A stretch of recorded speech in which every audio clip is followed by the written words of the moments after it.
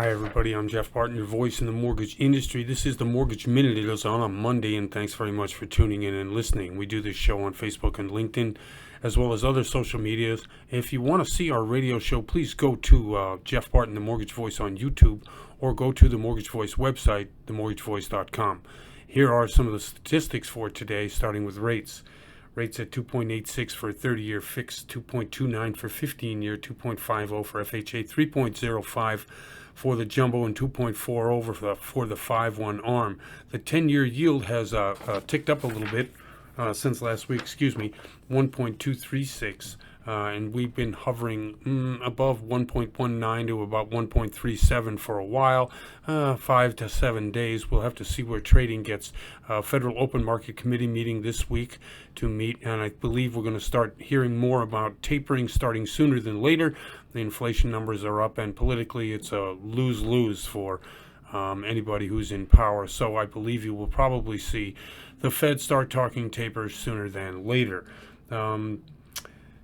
Okay, home prices. Home prices have really jumped. Obviously, everybody out there who's buying a home knows that, but people who have equity in their home probably don't know by how much. The national average for home price increase is 16.6% year over year. That means a year ago today, your price on your house or what your house has value in it, or equity in it, has grown by 16.6%, which is an unbelievable number. It's the largest number on record. Some cities even eclipse that. And let me just go through top three of them.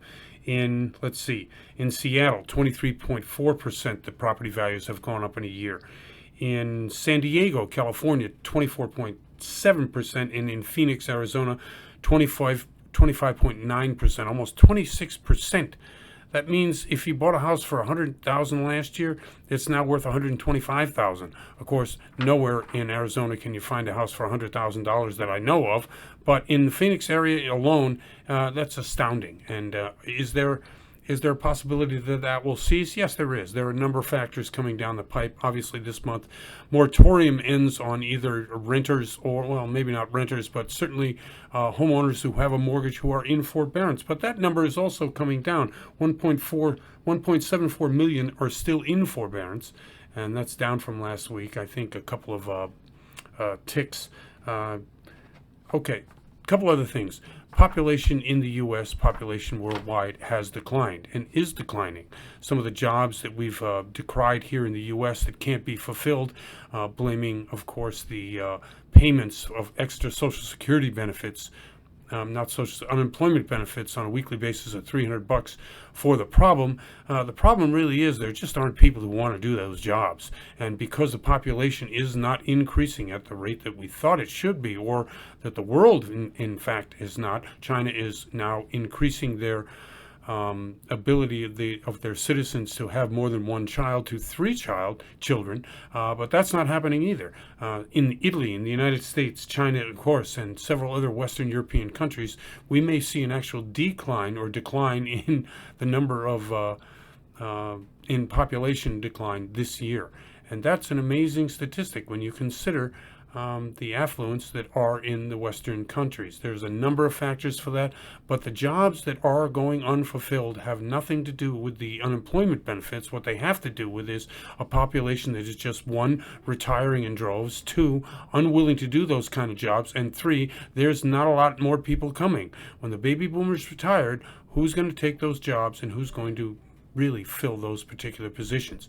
I have a list of many different jobs that are in that area. It's not just your restaurant workers. It's not just your lower wage jobs. In some of the higher paid jobs or professional jobs, and I'll give you a list of those, positions that are going unfilled. Teachers, doctors, nurses, pharmacy techs, mental health techs, veterinarians, car techs, police officers, firefighters, lawyers, court reporters, correctional officers, truck drivers, builders, movers, textile workers, software engineers, taxi drivers.